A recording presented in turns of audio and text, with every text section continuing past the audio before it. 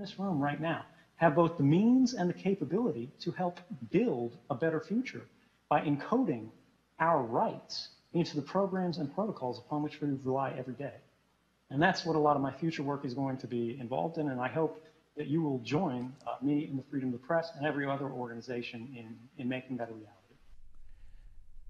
200 young girls were kidnapped. They have now been missing for 100 days. The plight of the Nigerian schoolgirls swept around the world and became a cause celeb for everyone from fast food workers to world leaders. But the story has fallen from the front lines, as most things do. And what has been lost in the shuffle is the connection between this terrorist act and Edward Snowden and intelligence. Welcome into MidPoint. The assistant editor at Blue Force Tracker and a former intelligence chief and infantry squad leader for the U.S. Marine Corp, James LaPorta, joins us. James, thank you so much for being here today. Great to be here, Ed. Thanks for having me. We need to talk about intelligence because certainly as Edward Snowden goes around the globe right now, spends time telling people about it's time to protect yourself, we have not really dug into this. There is a decided discussion out there that what has happened with many cases around the world, and I mentioned the Boko Haram incident as well, it needs U.S. intelligence. It needs intelligence from other parts of the world that is gathered using the sort of things that Edward Snowden rails against on a daily basis. It is indeed possible that we are already at a point, certainly with Boko Haram and others, where the fact that Snowden has opened things up so wide is costing us valuable intelligence to solve cases and to save lives, is it not? You're absolutely correct, Ed. The major problem with Edward Snowden, and there's two schools of thought, he had legitimate whistleblower concerns, and he should have brought those concerns, especially the Fourth Amendment violations, to the Congressional Oversight Committees, to the Inspector Generals, but he failed to do that. What he actually did was release the means and methods for gathering signals intelligence. So you mentioned the Boko Haram incident. Right now, we have over 80 special operations troops deployed to the region of Chad, which is just to the east of Nigeria. Those special operations forces are trying to conduct ISR missions, or what we call intelligence, surveillance, and reconnaissance missions. They're trying to gather intelligence on what exactly Boko Haram is doing in Nigeria. But because of the Snowden leaks, it's hard for them to collect this critical data. Now, on the scale of intelligence disciplines, signals intelligence is by far the best. You can, it gives us direct insight into what Boko Haram operationally is planning. Okay, now give me an idea. You said signal intelligence. Let me stop you there because we're going to assume that some people don't know exactly what you're talking about. Explain that. Signals intelligence is the collection, anything that sends out a signal through the use of cell phones, through the use of anything that's over the computer. A lot of foreign terrorist organizations will coordinate and plan their operations through the use of cell phones. Signals intelligence would collect this valuable data and then start to target the foreign terrorist organization. But because of Snowden releasing the means and methods of gathering signals intelligence, Boko Haram has moved away from using telecommunications to coordinate their attacks. Is there any doubt whatsoever in your mind, in the mind of those who follow intelligence around the world, that what Snowden did has taken people such as Boko Haram, we'll use them specifically now, and others, and it has emboldened them? They are not stupid. It's not as if they live in caves somewhere. They certainly, many of them have their own social media. They have their own ways of getting out their own media outlets. They certainly know what the playing field is. So have we not, in many ways, emboldened them? You're absolutely correct, Ed. It was back in March that Richard Leggett, who is the deputy director of the National Security Agency, was at a TED Talks conference, and he actually stated that he was asked the question about what have the Snowden leaks done in regards to collecting intelligence on legitimate terrorist targets. He said, since the Snowden leaks, they have seen foreign terrorist organizations actually move away and change their tactics, techniques, and procedures in regards to the Snowden leaks. So now you have groups like Boko Haram, groups like Al-Shabaab, even Al-Qaeda affiliates that are moving away from using telecommunications because of the Snowden leaks and because of the continued reporting by Mr. Glenn Greenwald. All right, now here I'm going to go ahead and as I like to do occasionally, I'm going to play devil's advocate with you here.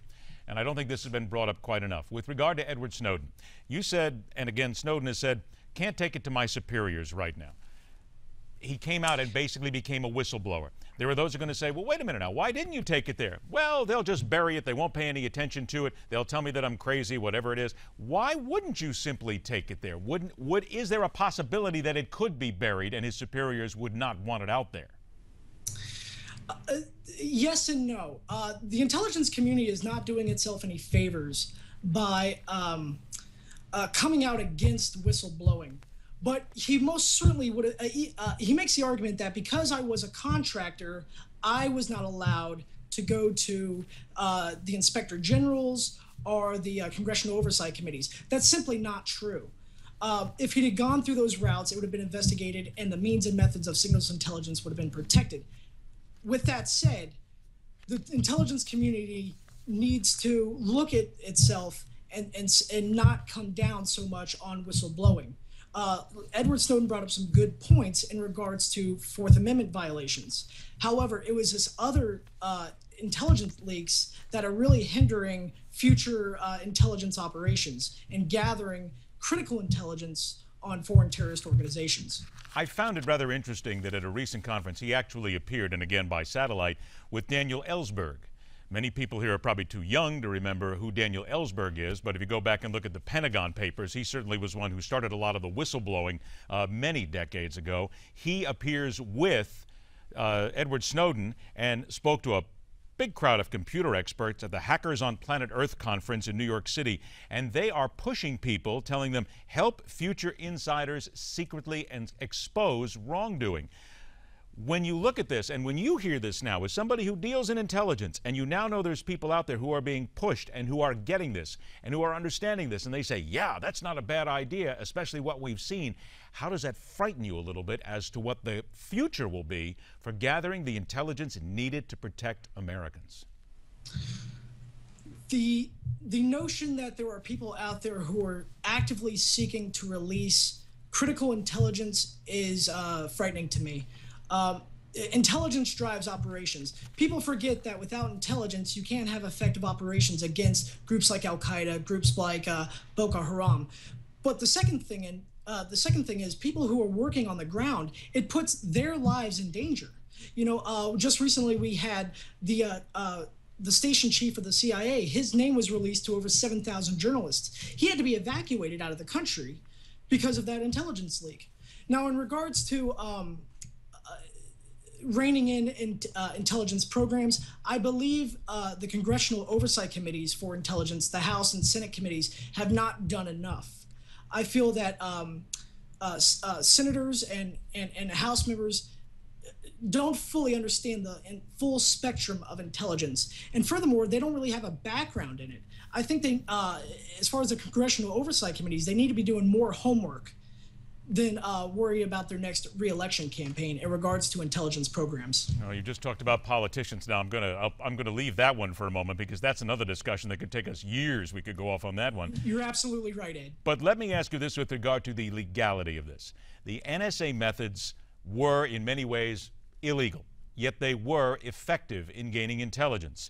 With your background, as you look at what is done around the world today, is it really, honestly, possible to do the intelligence gathering that you need to find the bad guys, to do the little dirty things that happen from time to time, and still stay legal at all times?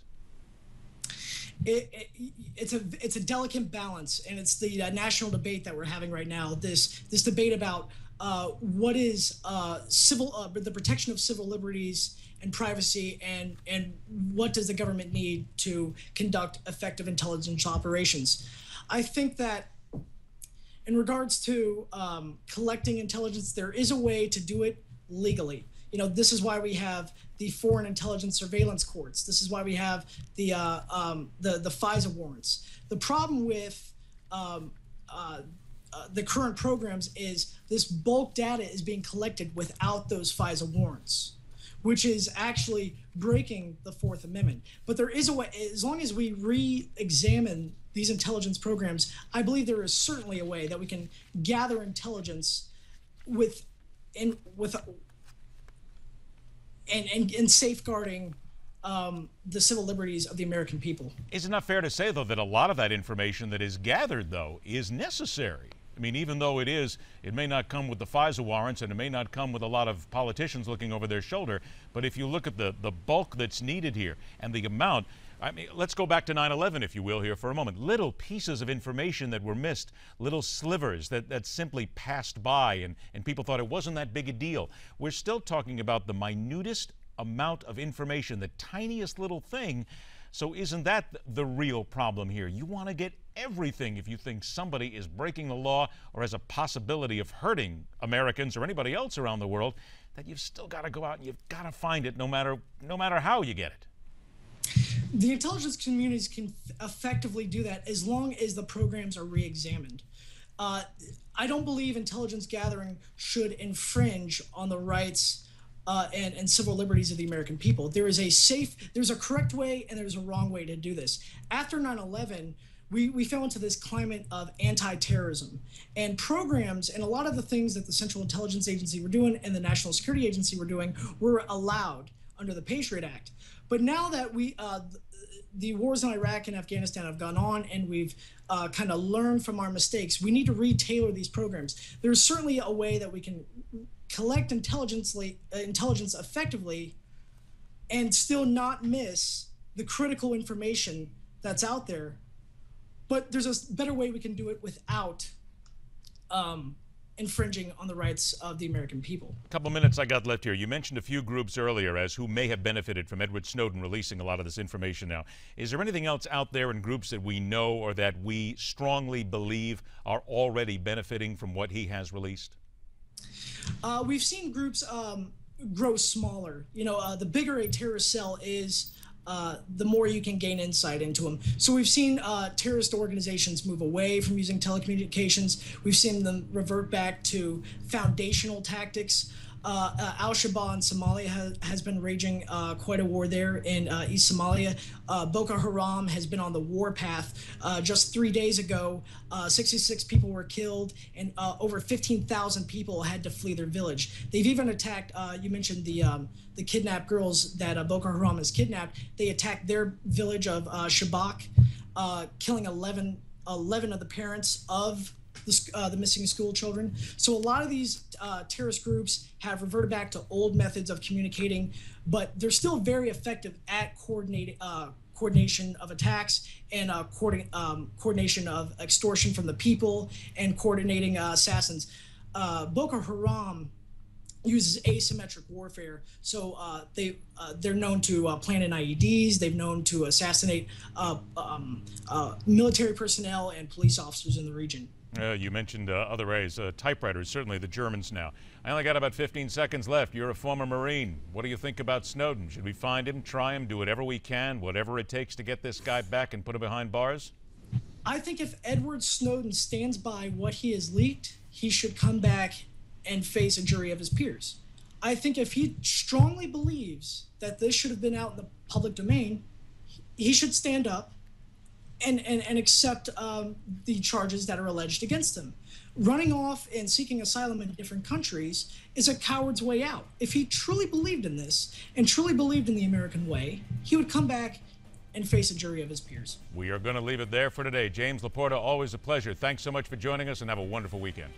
Thank you, Ed. All right, next up, we go around the dial and wind up in Denver, Colorado, where our guest is not under the influence of anything but hard opinions on so many issues. It's coming up right here on MidPoint, where every day we question everything.